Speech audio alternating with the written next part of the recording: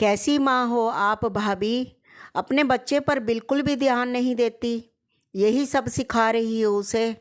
खुद से फुर्सत मिले तो इस पर ध्यान देना। देखो कैसे पटर पटर जुबान चलने लगी है इसकी। इसे भी अपनी तरह ही बनाएगी। बिल्कुल भी संस्कार नहीं दिए खुद की माँ की तरह। मेरी माँ ने संस्कार नहीं दिए, इतना आसानी से कह दिया इन लोगों ने। थोड़ा सा दिमाग तो लगाया होता कि जब मैं अपने माँ बाप के घर थी तब मैं किसी की माँ नहीं थी, तब तो मैं एक बेटी थी।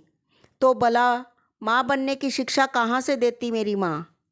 मन ही मन ये सोचती। लोगों के ताने सुन रही थी मनोरमा। बात इतनी सी थी कि उसकी 10 वर्षीय बेटी धानी ने उसकी दादी को जवाब दे दिया था।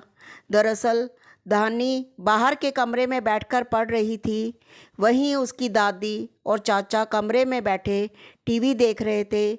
उसी समय दादी को पानी पीने की इच्छा हुई, जो उनके कमरे में ही टेबल पर रखा हुआ था, जिसे वह खुद उठकर ले सकती थी या फिर उनके बेटे उठाकर दे सकते थे। लेकिन उसके लिए भी उन्होंने धानी को आवाज़ लगाई।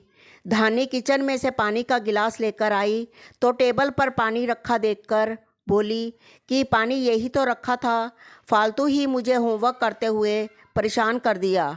बस इसी बात को दोनों दादी और चाचा ने पकड़ लिया और उसके साथ साथ उसकी माँ को भी सुनाने लगे। इन लोगों ने दिमाग लगाना खुद का दिमाग खराब करने के बराबर है। इसीलिए मनोरमा ने बेवजह का दिमाग लगाना ठीक नहीं समझा और चुपचाप धानी को लेकर बाहर आ गई। शाम को मनोरमा किचन में काम कर रही थी कि बाहर वाले कमरे से ससुर जी के चिल्लाने की आवाज़ आई, जो देवर जी को डांट रहे थे, साथ ही साथ सासू माँ को भी सुना रहे थे। कैसी माँ हो तुम, तुम्हारे गले से रोटी का निवाला कैसे उतर जाता है। दिन भर घर में बैठा रहता है, कुछ कमाने दमाने नहीं जाता। कुछ तो बोलो उसे। अरे पर एग्ज़ाम तो क्लियर कर लिया है, अब सरकारी काम है, अभी तक अपॉइंटमेंट लेटर नहीं आया, तो इसमें इसकी क्या गलती। बस तुम्हारी यही पक्ष लेने की आदत ने इसे बिगाड़ रखा है। अपने पिता से जुबान लड़ा रहा है। अरे बस इतना ही तो कह रहा है कि आप थोड़ा सब्र रखो। बस यही संस्कार दो अपने पिता से जुबान लड़ाने की। खुद के माँ ने जो संस्कार दिए हैं वही अपने बच्चों को दे रही हो। ऐसा कहकर ससुर जी अपने कमरे में चले गए। सासू माँ ने पलट कर देखा तो मनोरमा वही खड़ी थी। उसे देखते ही बोली, अब तुम यहाँ खड़ी खड़ी क्या सुन रही हो, जाकर किचन में काम करो।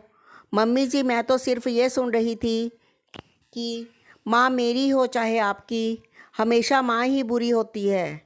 चाहे आप सुनाओ चाहे कोई और, हमेशा माँ को ही बुरा बताया जाता है।